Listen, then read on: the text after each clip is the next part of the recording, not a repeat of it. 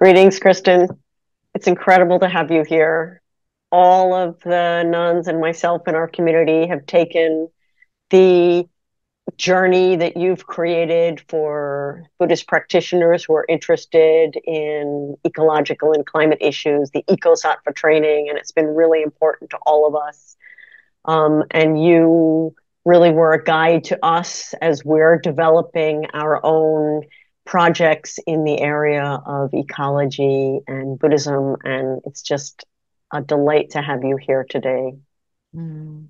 Oh, well, I am so honored and delighted and have been so moved by the projects that you're undertaking and doing the incredibly important work of um, understanding some of what Wonder Sangha is offering and then sharing it with a community that really we're not in a position to reach and communicate with. So it's such a gift, and to have your wisdom and that group's wisdom, really everything that you bring to it. I'm so excited by this collaboration. So thank you for inviting me. And maybe I'll just take a moment to say where I'm coming from and honor my teachers and my benefactors. So I'm joining from the Piscataway historical lands of the Piscataway people in the Potomac River Valley, also known as Washington, D.C. Absolutely beautiful land, and I'm grateful to all the beings, including especially the Piscataway people, for loving this place into its well-being for so many, many generations. And I also want to acknowledge my teachers, all the way going back to the Buddha, of course, and including my own teacher, Rob Burbea, and Catherine McGee. So I'm always and ever bringing forward whatever is offered here is really because of their generosity and those who have supported them. So thank you again for welcoming me here. Thanks, Kristin. So we are living in incredibly trying times with multiple systemic crises. We experienced a global health crisis during the pandemic, and now we're facing social, ecological, and planetary changes coming at us really fast. Climate is changing, species are dying off, ecosystems are being brought to a point from which there is no recovery. And these unprecedented changes obviously take a heavy emotional toll on everyone who's living through them. Yet, for so many reasons, we tend to focus on the anxiety and distress that all this uncertainty and change causes as if it were a personal inadequacy and not a natural or sensible response to these times. We feel we're having a hard time emotionally because we're not managing our lives well, or we don't manage our emotional life well. And so we turn to spiritual practice, many people, to help us manage that situation. But in many cases, those spiritual teachings can end up leading us away from the systemic changes that need to be made and keep us focused on addressing our own personal struggles. And you and I have had conversations around this in the past, but just privately.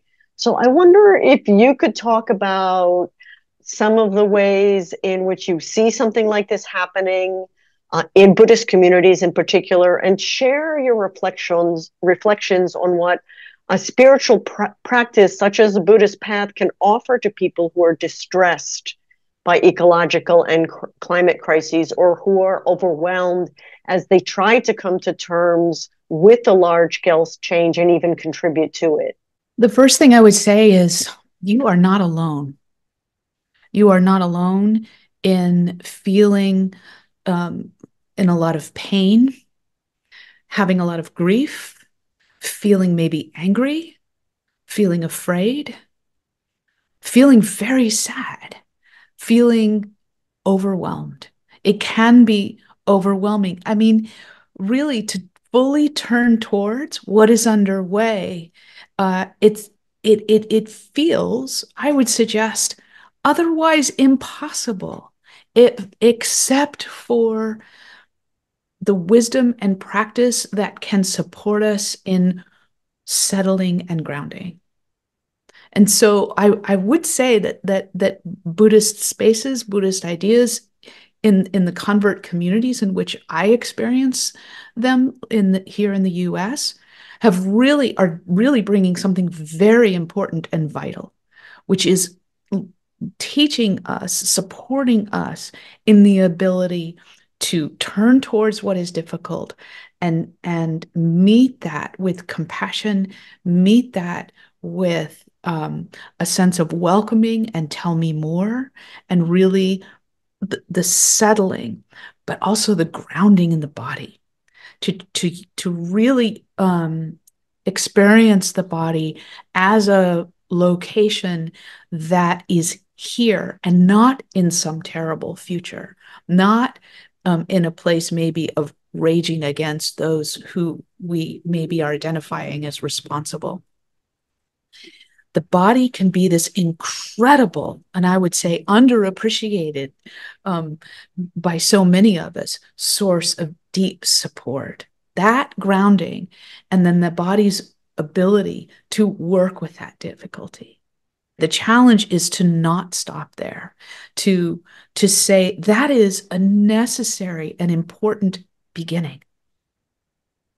But what the practice also invites us to do, what the Buddha's wisdoms and practices invite us to do, is contemplate internally and externally, to then widen the lens, to see that my suffering is conditioned by a set of circumstances that I need to maybe step back and appreciate that the way forward is not simply for me to metabolize and work with this difficulty and then get back to work or get back to it is to investigate not only the sources of my own suffering, but to investigate the sources of our suffering, to really look closely at what is underway without making enemies,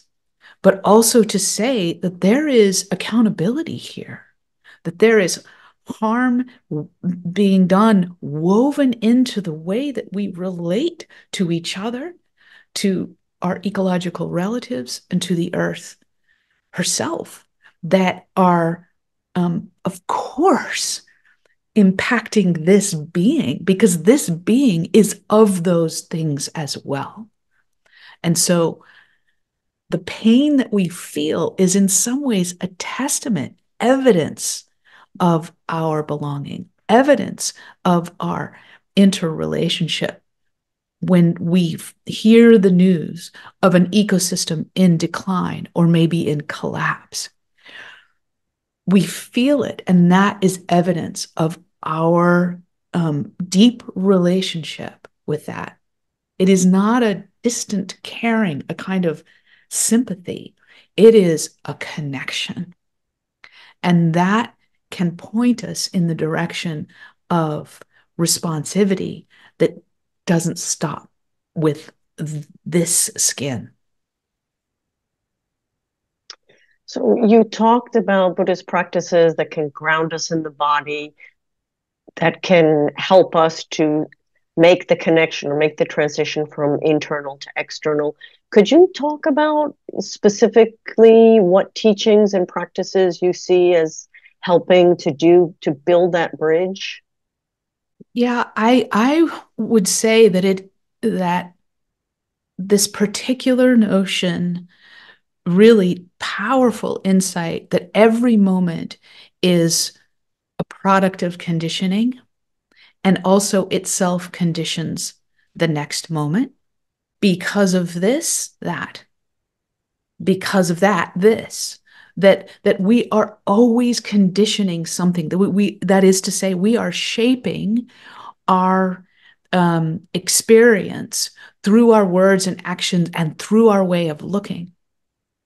We are setting up what is possible and what is impossible. So we know this from our experience of individual suffering. When I'm really, really upset with somebody, my body can feel really tight. My thoughts get really fast. I feel a sense of separation from myself and this problematic other who's really to blame, or maybe I'm really to blame and I feel really terrible about that. And it's all very contracted.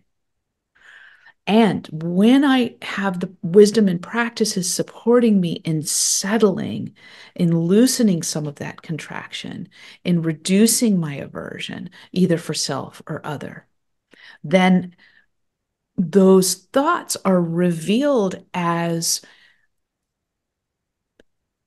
really being a product of the way that I'm looking, being a product of the charge. So that experience was itself being conditioned by the conflict and my way of looking and my reactivity. So these are ideas that we practice and explore quite a bit in Buddhist circles and spaces. This is the possibility of bringing Buddhist wisdom and teachings beyond the psychological, the individual self, to the collective self, the sociological. We can see how not just I can become reactive, I can harden against a problematic other. I can presume a right to exploit or consume uh, another, let's say an animal, but we can do that. And we can harden against problematic others and make a story about them and have a sort of collective papancha, this cascading set of thoughts, reinforcing. We call that collectively polarization. We become polarized. These very experiences that we have at the individual level are also happening at the collective level. And let me just add one more dimension to this, because it's really important and I think very helpful to see that what happens collectively has a life beyond our individual lifetimes. Because at the collective level, we create literature, we create policies, we create institutions that outlive individual human lives. And so you can, in a way, what's happening is the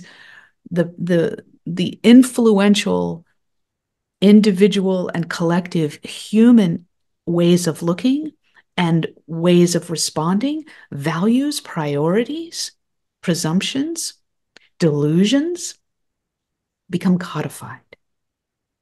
They kind of accrue over time. So we can look back in history at really and see really deluded thinking.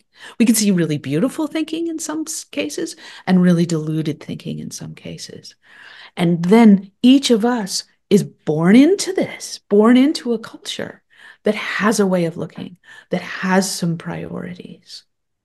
And it's very hard, if not impossible, for us as little beings, little vulnerable beings, to refute that. It is a matter of survival that we take on that way of looking, that we take on these priorities, that we take on these values, that we take on these prescriptions of what success is, what to do, what not to do. Of course we would. Of course, every one of us, in a way, must, if we are to survive this vulnerable project of growing up. And so we can be really compassionate with ourselves and with each other for the ways in which we not only receive, but then participate in and further cultural misunderstandings, collective delusion. And with careful, compassionate investigation, we can identify that individual delusion and the collective delusions, the collective harm. This is very, very helpful because it says, of course that would happen. Of course you would adopt these thinkings. And yet,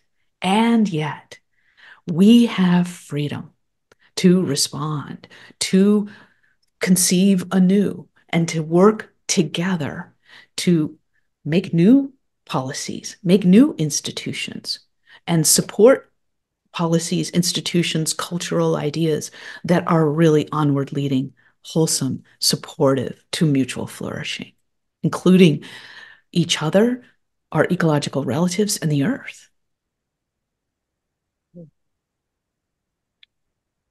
So, as a spiritual path that's dedicated to facing and relieving suffering through compassion and wisdom, one might expect Buddhist communities to be full of wise and compassionate initiatives to face the climate crisis and to face other collective forms of suffering. But that's not really the case when we look around.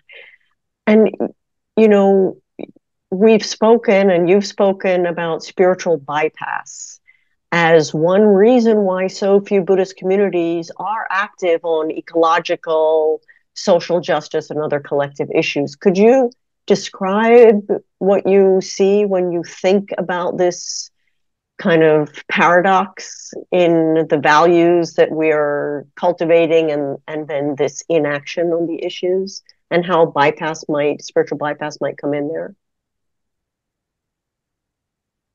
Yeah, it's like I think the first thing to say is like I really love these teachings. I really love these communities.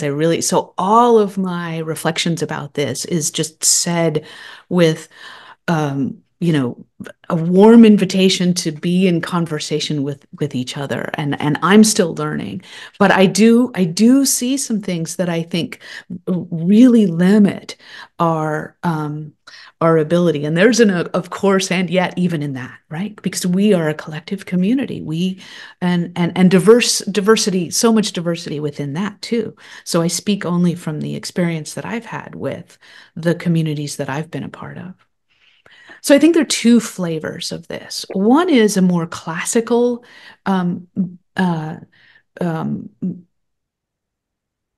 we would call it, or maybe early Buddhism flavor of this, of the end run around the necessity of responding to suffering, and that is that the project of this life is is actually nirvana, escape, non-returning. That is to say, I really engage in a very intense, really demanding, beautiful process of waking up, cultivating all the characteristics that the Buddha would encourage me to cultivate right here in this system. And then if I do that well enough, I become enlightened and I don't return. There's no reincarnation. So that's a very classic view, but it kind of says like this is a problem field, and the objective of spiritual practice is just like Christian and other Abrahamic religions. The objective is escape. It's heaven, and we have that in this tradition. It's taken on. Okay, so then there's a kind of updated flavor where maybe we don't think that reincarnation is real, or we don't really think about escape from the endless rebirth as as an objective. Maybe we want endless rebirth, or we don't necessarily believe in reincarnation at all. The way that Buddhism, as it has, you know, shown up in the West, is to fit into a really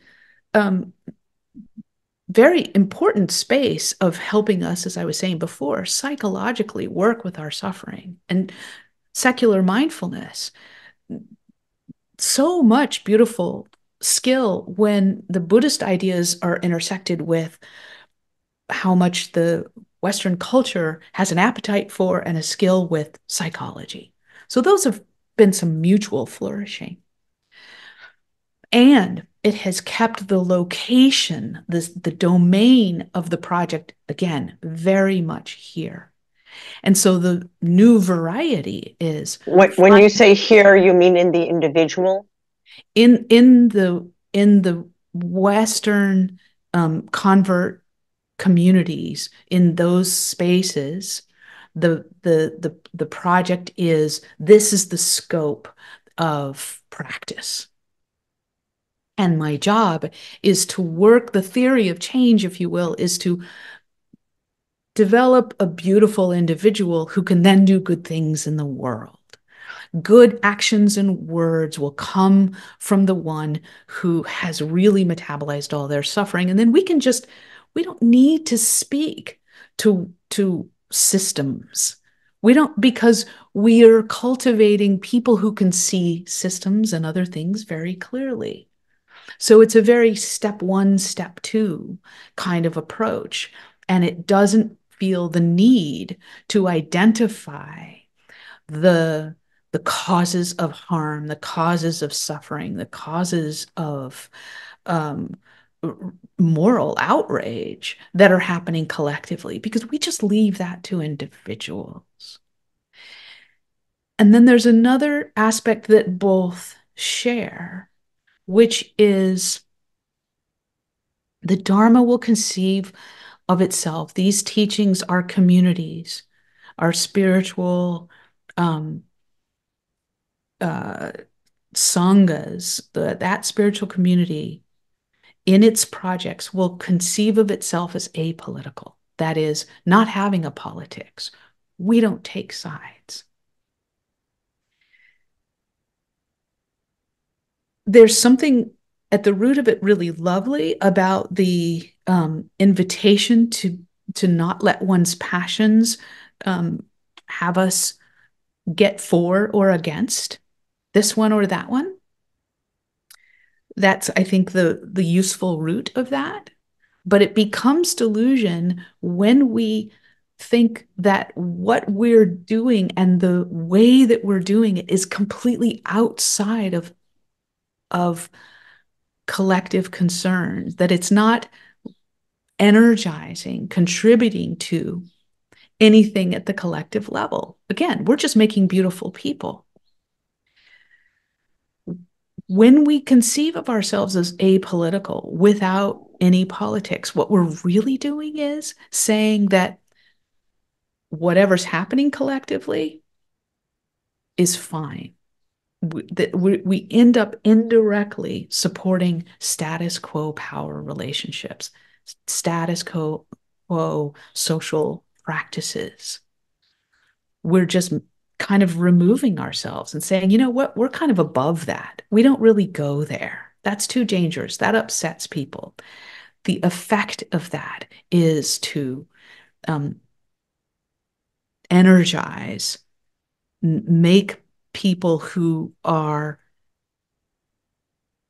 can conceive of themselves as not picking sides.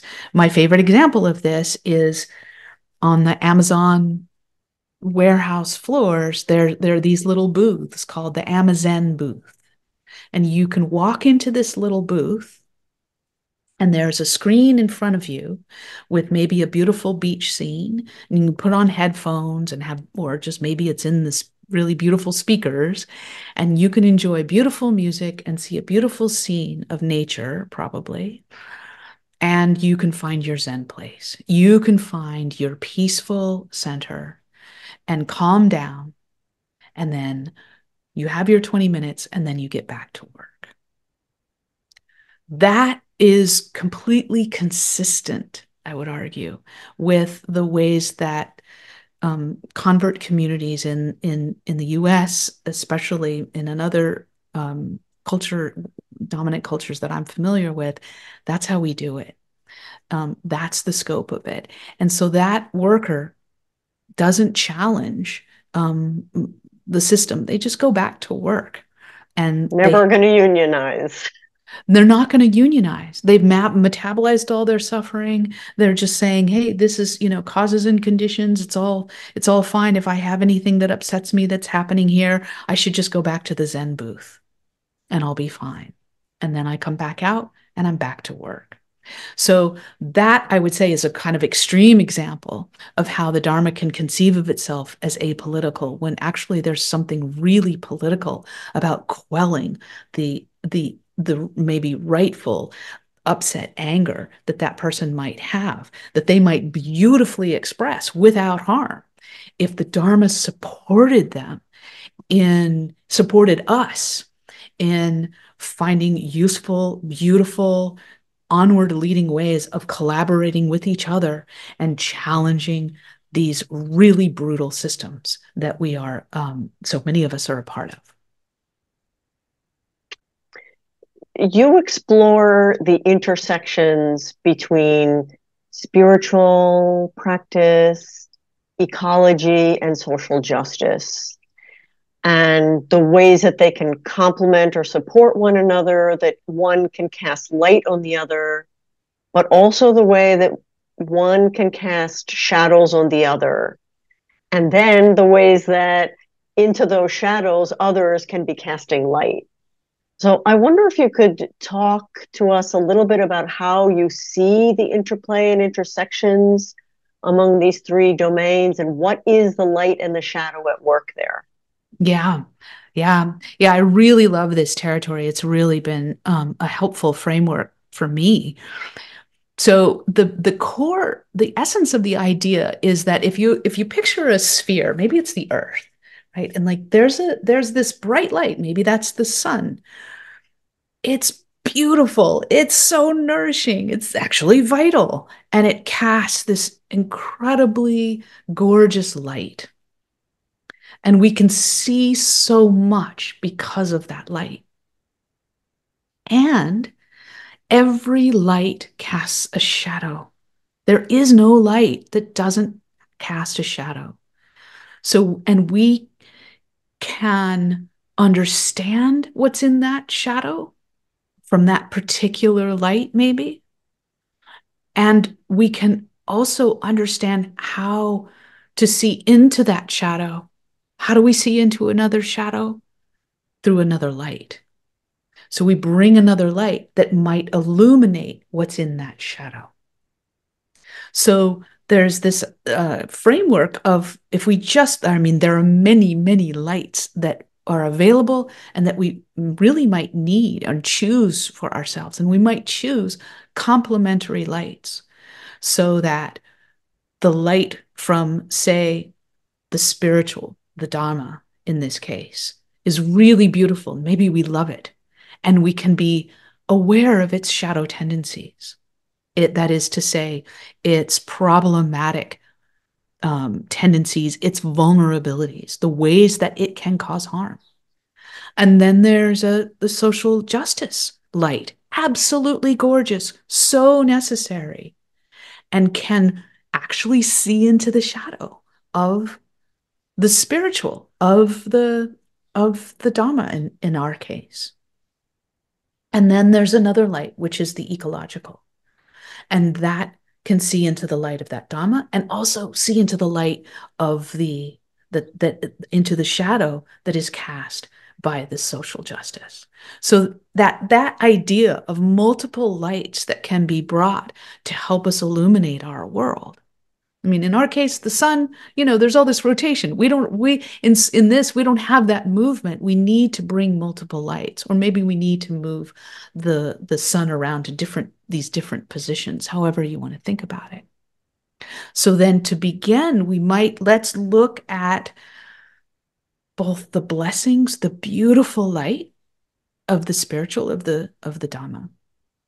So here is the invitation to move against the stream, to recognize the problematic habits that, of course, we take on in our conditioning, and the problematic ways of looking in particular of separation that sees myself as separate, and I'm this individual over here, and it's zero-sum game, and my loss may be another's gain, and vice versa. So that fundamental misunderstanding of, yes, of course, there's a self over here, but fundamentally woven into the rest of life. This is the invitation of the Dhamma. And then with that, this beautiful support in turning towards our suffering, whether it's heart's smallest jealousy. There you are, jealousy. I see you. I don't blame you. Ooh, that hurts. To global climate change. There's no suffering that this turning towards cannot meet and bring wisdom and compassion to, soothing even the worst distress. There's the investigation into what we perceive, into this really supportive questioning of, are my perceptions completely trustworthy? No, they aren't, and that's okay. That can actually be held and met without losing my center.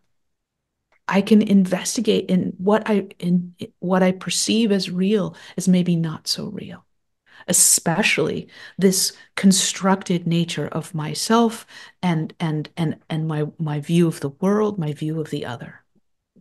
It's a product of what we were talking about before, causes and conditions, my way of looking. That can be, in a very friendly and tender way, investigated, questioned. And then there's this incredible, it's just such a gorgeous framework of a path for cultivation and a community that can support one another in the path of awakening, of coming to see the truth. So all these Buddhist lists of what we're given to undertake as spiritual tasks so that we can awaken. So there's so much more that you could say, that we could say, about the endless gifts of wisdom and practice, that it's all held in this framework of practice. It's endless, and I think largely untapped, especially in relationship to these massive changes underway, into this incredible moment in human history where we're moving into increasing, accelerating uncertainty. We need these kinds of things to really support us, and the invitation to do that with one another. So that's a little bit, hopefully, a little touching on what's so beautiful about the Dharma and so necessary, that beautiful light. And there's some shadow. So that if that was some of the light, what's on the shadow side of this? What shadow is cast by that very light? And some of this the Dhamma speaks to, and some of it doesn't. But the first one is like that I would identify as in holding this kind of idea of ultimate wisdom. The kind of stereotypical view of the Buddhist master, who's really quite actually not just wise, but a little aloof and maybe a little too detached, doesn't really care, removing ourselves from the world in a way that that transcends in a all of human suffering and can't be bothered in a certain way. That maybe I have all these amazing conditions around me that support me in just pursuing my spiritual practice and not engaging with the world. And yet I am in that really separating myself from the world. Another aspect of that shadow side is that we can, in a way, blame the victim. Someone is suffering from colorism. They're suffering from classism. They're suffering from these collective systems that really cause physical, economic, material hardship. And our practices can sometimes see that as mere suffering. And even to be told that it's illusion, that we're sort of caught in reactivity if we're struggling with patriarchy, if we're really if we we're a victim of some of these social patterns, that it's your problem and what you should do is sit with that. That is a certain kind of harm that the Dharma can do. If we're suffering about what's happening to the earth, our eco-anxiety is just another form of suffering, and it's to be soothed. So sit with that. So it's a kind of limitation. I think of just a failure to widen the scope, to see that collective mind, and to see that we are all part of that collective space. That's collective conditioning, and that we have just as we have a role to play in meeting our own individual suffering skillfully, we have a powerful role to play actively meeting and transforming that collective suffering.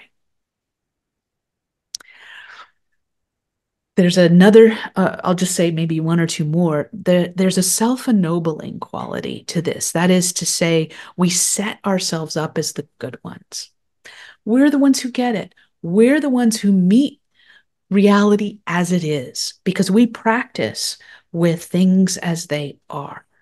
And there's, again, in every one of these things that I'm identifying, there's something really beautiful and right about it because it is powerful to accept this is happening. This is how things are for me right now. But to say that we have an understanding that others don't about how the world works and how the mind works and what is the nature of suffering? Yes and no. We're a little bit kind of too self-satisfied. We can be too self-satisfied when taken, when not properly managed. It can become a sort of prideful, like we're the ones who get it. And I would say the error there is placing the absolute over the relative. The we're all one over we're wildly different, and each one of us unfathomable. I don't ultimately know myself. How could I ultimately know you? How can I say that we are the same? In fact, the Dhamma speaks to, in a teaching about mana, neither better than, nor worse than, nor even same as. So that is a teaching about the relative. We cannot really know one another or ourselves. And there's this wild unfathomability to the whole nature of experience, including what we collapse into the other and the world and this one over here. So those are just a few ways that I would say that we can downplay these ethical breaches that are commonplace in our society, the ways that we can add insult to injury, and we deny our own conditioning and the limits of our own perception, and in that way further marginalize and alienate each other. And so those are ways that we can bypass justice. With respect to the ecological, again, we can, as I was intimating before, we can be told like, oh, you're suffering with species loss, with water crises, you're suffering about what's happening to the earth. In large and small ways, that's just illusion. That's just suffering. Like there's a slow destruction of nature going on, and sometimes again in the classic form, we can be told like, oh, the Buddha predicted this. It's inevitable. Practice while you can. But in an updated version, it's to locate that suffering here and to treat it sort of as generic suffering.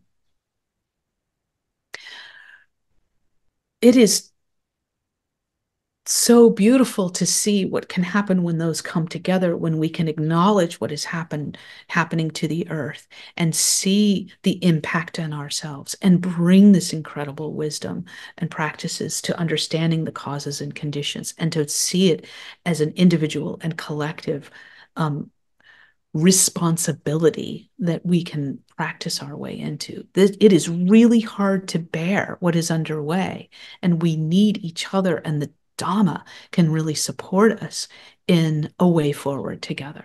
But that is not what is commonplace, at least in a lot of the Buddhist communities that I am familiar with. It's increasingly happening, but I think we have a ways to go there. I think it's also important to see that Buddhism has had a long history of being sponsored by wealth, and the generation of that wealth has often come at the cost of the living earth community, people, and planet. So it's a kind of distancing that we do with we don't mind, literally, we don't mind the sources, how that wealth was generated when it comes to support the Dhamma, to support Buddhist teachers. It's all okay. And I'm not saying um, that we need to shut off those sources, but we are actually acting inside of a system when we receive that wealth. We're taking the benefits from sometimes exploitation. If we're not paying attention to its sources, we are indirectly benefiting from harm. And yet we have found, one could say, and I mean this with all love, a relatively convenient way of relating to that wealth so that we don't have to turn it away. And that can be lovingly questioned, I would say. Another piece of this is that the Dharma can really colludes with centralizing the human being. It is, we are, even in the classic teachings, like the human realm is pretty far up there. The animal realm is below, or is below. There's this hierarchy of beings. And what we're learning in what the ecological way of looking is teaching us, and teaching the Dharma, which needs to be updated in this respect, is there is that we are in a company of of wisdom and of genius in this ecological field. We are learning about the wisdom of trees. We are only beginning to appreciate the genius of octopi, the deep heart of elephants. Only beginning, because what? Because of course we would think that way, because we didn't have the capacity, the means to recognize it and appreciate it in my culture, and didn't. Indigenous cultures, absolutely, a very, very different relationship to that field of being. But the Dharma, while you have spoken so beautifully to our tradition's connection to trees in particular, in part of that secularization, and part of that coming into form amidst a scientific materialist worldview, that has been left behind. That appreciation for the full dignity, the unfathomability. And I would say, not better than, worse than, not same as, applies to the ecological other. And that is what ecological ways of looking can bring to us when we hold our seat from the Dharma way of looking. And so those are ways that the Dharma needs the ecological. The ecological, I would say, needs the Dharma, because ecological ways of looking are vulnerable to, actually, as opposed to elevating the human above nature. Ecological ways of looking, that is to say, environmental movements, conservation movements, can sometimes do the opposite. So they put the human below the earth. That is, maybe it takes the form of, humans are the problem. The earth is better off without us. We are a cancer upon the earth. Ouch. Ouch. She'll just shake us off like a bad cold. The earth will be fine. She doesn't need the human. Nature will thrive without the human. First of all, scientifically incorrect. Humans have had this mutual exchange with nature in many, many cultures that is quite beneficial to the rest of nature, the full ecological um, system. So scientifically, not so. But we can recognize in that a kind of self-aversion, and that's the ouch. Like, wow, we're just like evil. We're just the problem. We're just like nothing but bad. And that colludes with sometimes the individual self-hating that can happen. Maybe we just don't know how to be in relationship with how much harm we can cause and have caused various us versions of us. And that's what we need to come in contact and come to terms with and take responsibility for, but not to hate ourselves and to want self-eradication.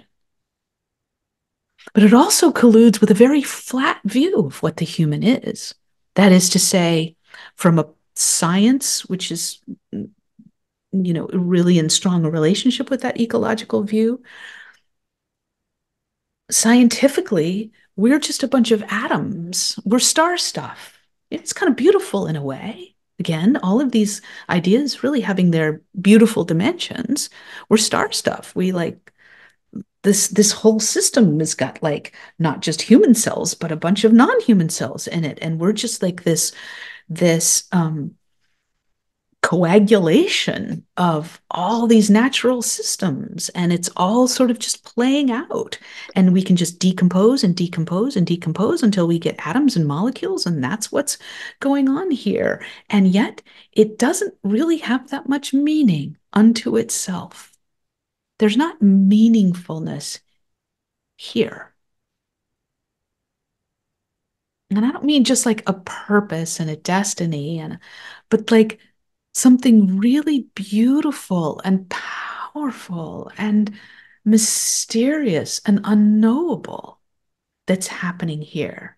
And then we take science further, and actually we start to get there with at the quantum level of like a quantum uncertainty, and even beyond um, Heisenberg uncertainty, if you're familiar with that, like to really like right now, what's happening in quantum science is like the role of perception.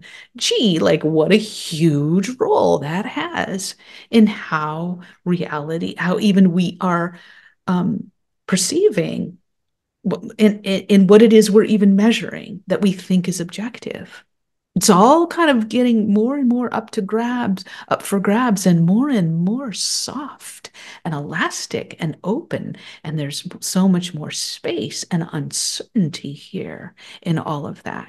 So science is grabbing hold of that. But it's still, in a way, has this tendency to remove meaningfulness.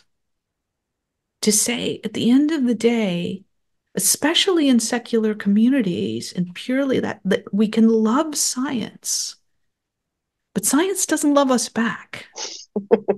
We can love the cosmos, but the cosmos doesn't love us back. In the scientific view. In the scientific view, exactly. And that can produce a kind of sense of meaninglessness, of actual alienation. What am I doing here? What is life? It's just a bunch of atoms banging around. So, and again, just like that's a kind of Newtonian era, this is not updated with, it is not so much in relationship. It's kind of caught in the past scientific view, but it's still very flat. And I have heard like scientists who are very much at leading edge saying, if you think the universe cares about you, you are a child. Oh, another ouch. Ouch. Like you are immature. You haven't come to terms with how things really are. Sound familiar? From a scientific perspective, the priests, we should say, of the high science are the ones who, according to themselves, get it. They're the ones who really understand what is happening not only in this world, but in this universe. And they have, I would argue they should stay in their lane. Stay in your lane. It's beautiful. I love science. I mean, I really dig science. I really am so nourished by scientific wonder. And stay in your lane. That is, don't get into the realm of meaningfulness. That is for that is a spiritual question. That is a philosophical question. It is not something that is in the domain of science, but there's still that self-ennobling quality. We're the ones who get it. So that is part of the bypassing that the scientific, the ecological can do, that is helped by the Dharma, that is helped by the social justice. To say there is meaningfulness, to say we are responsible for what is happening here collectively. We can be part of something quite beautiful and mysterious unfolding, but from a place of humility and wonder and deep investigation into causes and condition. What is the light that's cast by social justice work that illuminates things in the shadow of spiritual practice? And what are the things in the shadow of social justice work that spirituality can help illuminate? Beautiful. Yeah, exactly. Yeah. So on the blessing side, there's this call for collective ethics, equity, just plain old fairness, just a recognition of just how unjust we can be with each other, and recognizing, understanding the particular devices that we employ, how it is we practice, if you will, in a unskillful way, collective injustice. So calling for the full recognition and dignity, the worth of every human, not just those with the favored physical attributes, with the pre-existing wealth and power, the culturally valued talents, all of us, each of us. The impossibility of that project and the necessity of that project. How that collective project is one that actually nourishes all of us when we really look closely, is mutually nourishing. It isn't a zero-sum game. So justice valuing perceptions of truth, ways of learning, knowing, being that are diverse, recognizing the wealth of the human family and the ways that we can learn and appreciate so much from each other. And how necessary that work is. Justice calls us. I love this about justice because it calls me, I think it calls us to recognize not just instances of injustice, not just individual stories, but patterns. It, it recognizes the tendencies, the impacts of ways of looking that tend to devalue some people and overvalue other people. That this is how we do it. That justice calls us to see, I think, the ways in which we make ourselves an exception. Oh, I don't have colorized ways of looking. I'm not that problem. I'm not guilty of racism. I'm not guilty of colorism. That's over there. And it calls us to recognize like this is happening, and we are trained to see that if I have taken on these problematic ways of looking, then I'm part of the problem. I'm a horrible person. Justice invites us, really presses us to say, look hard at yourself. And it can be very challenging to do that. But justice asks us to go there.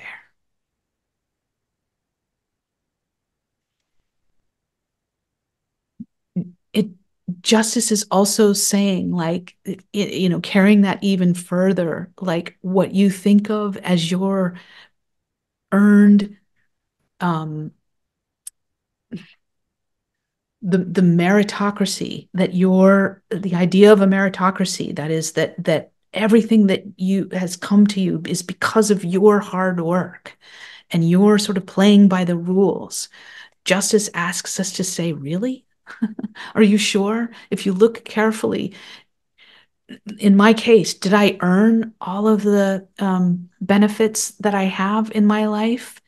Or were some of them just granted? Was I, in a counter way, were there barriers that I never faced that others face every single minute of every day?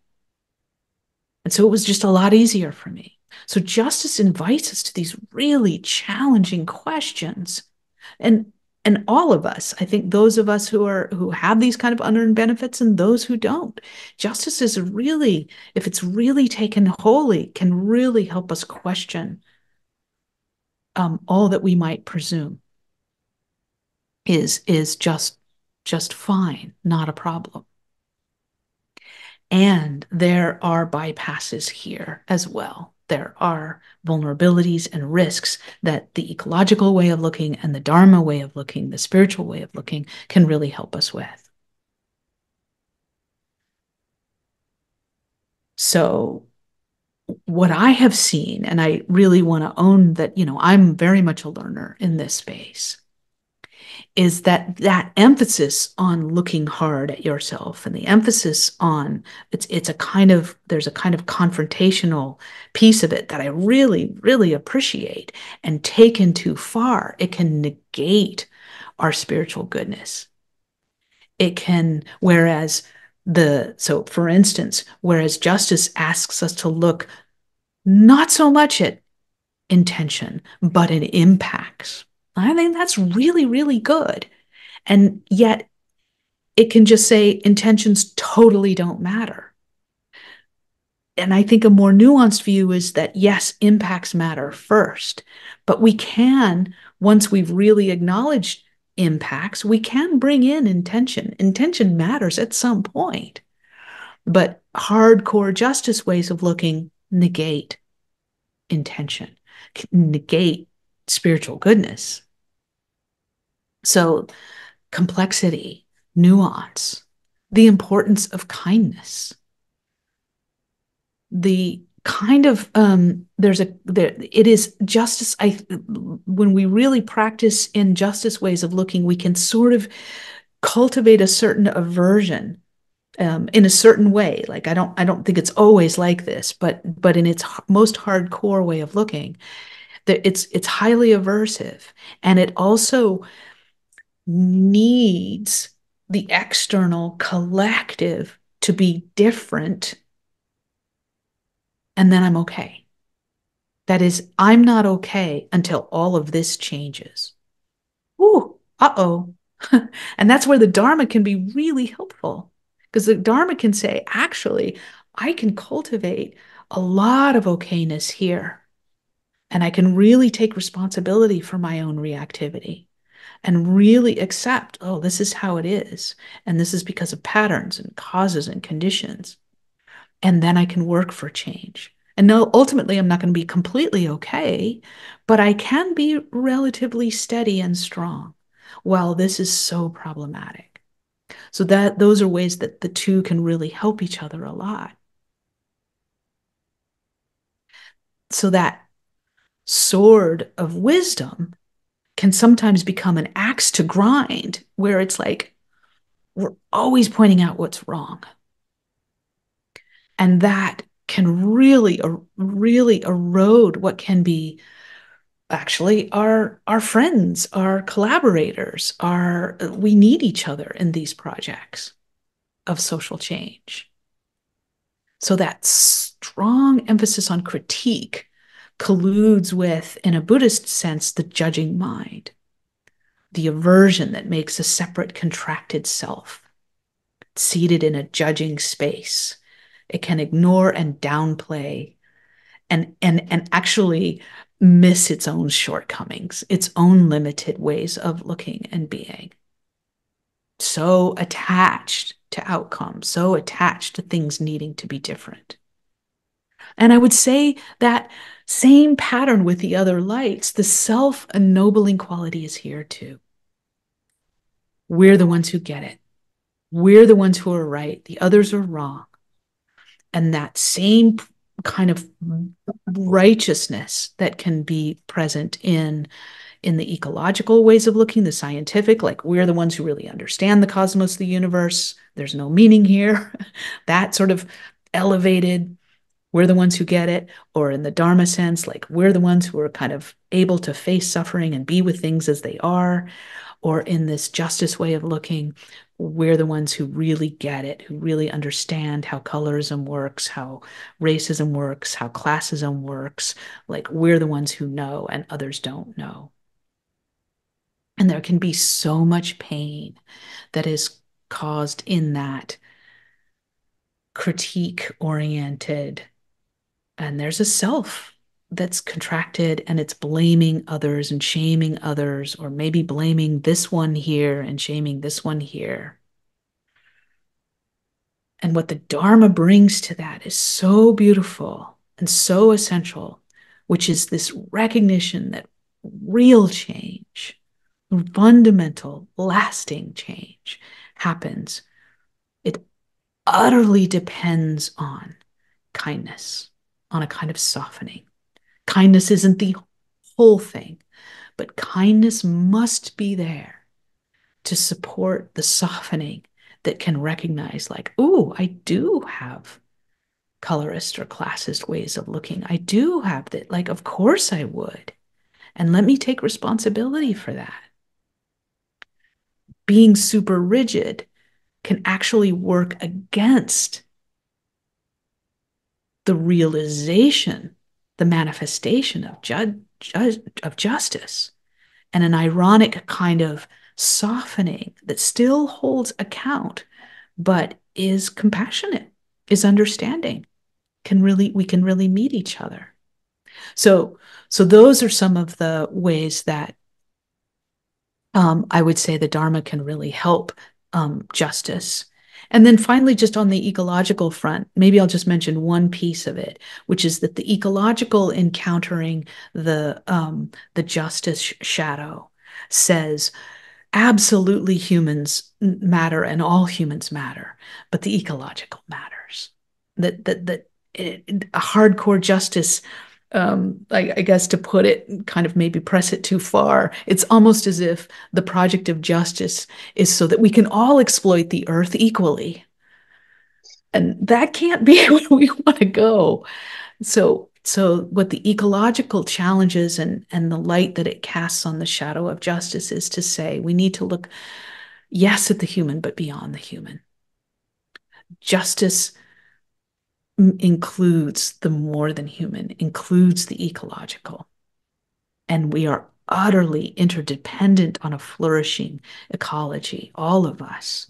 And there's so much beauty and blessing to come when we elevate the ecological relatives as well as our human relatives.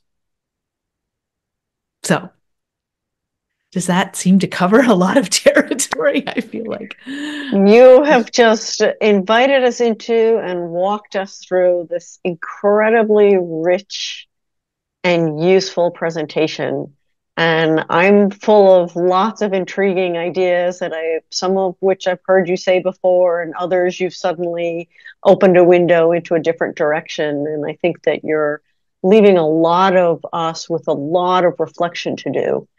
And maybe before we conclude, I could invite you, if there are one or two things you'd like to point out to ensure that these intriguing ideas and perspectives don't stay on the level of thinking, but that we actually take some of what you're pointing out and what you're uncovering for us in the light and in the shadows into action.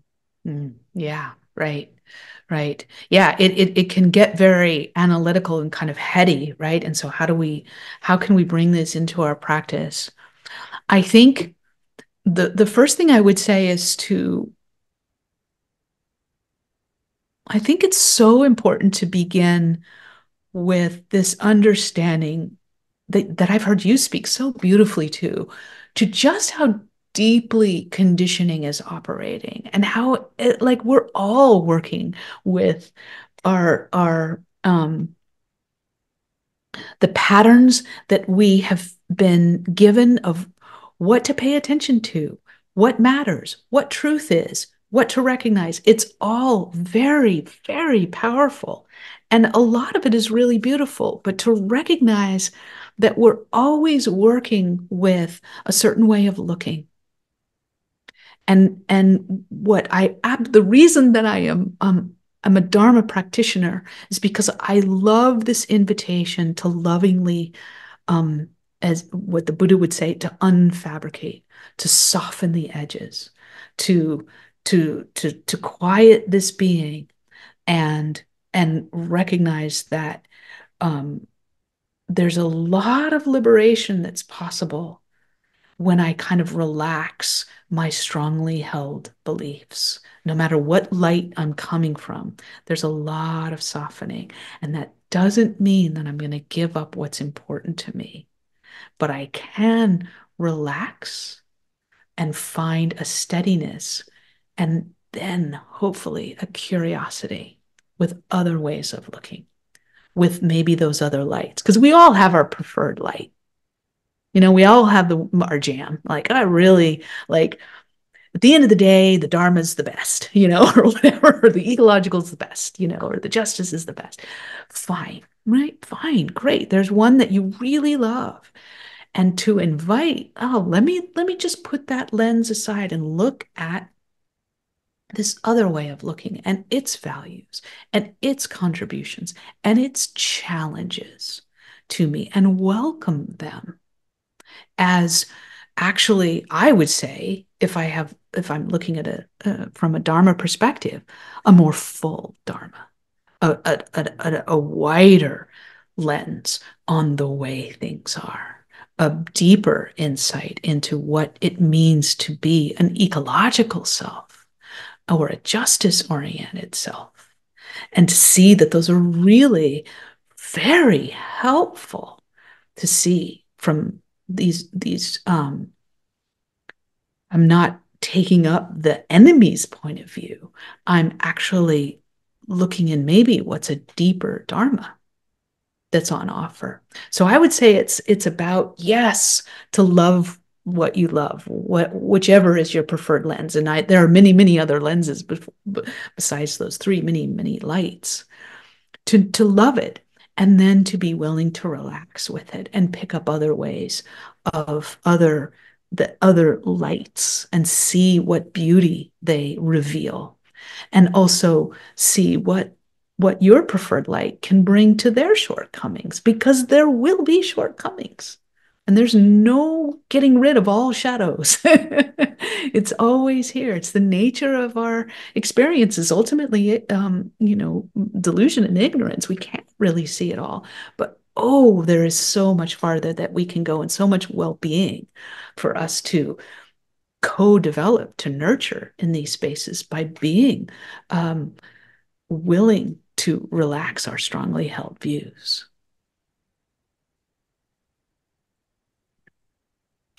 My friend, thank you for opening your big heart and sharing some of its beauty with us. Thank you. Thank you for inviting me. It's been a pleasure. Been a pleasure to get to know you and your community. And I really hope that this serves in some small way. Because we need each other. We need each other's lights, and we can help each other with each other's shadows. So I love to explore this territory. Me too. And I'm sure it will help, but not in a small way.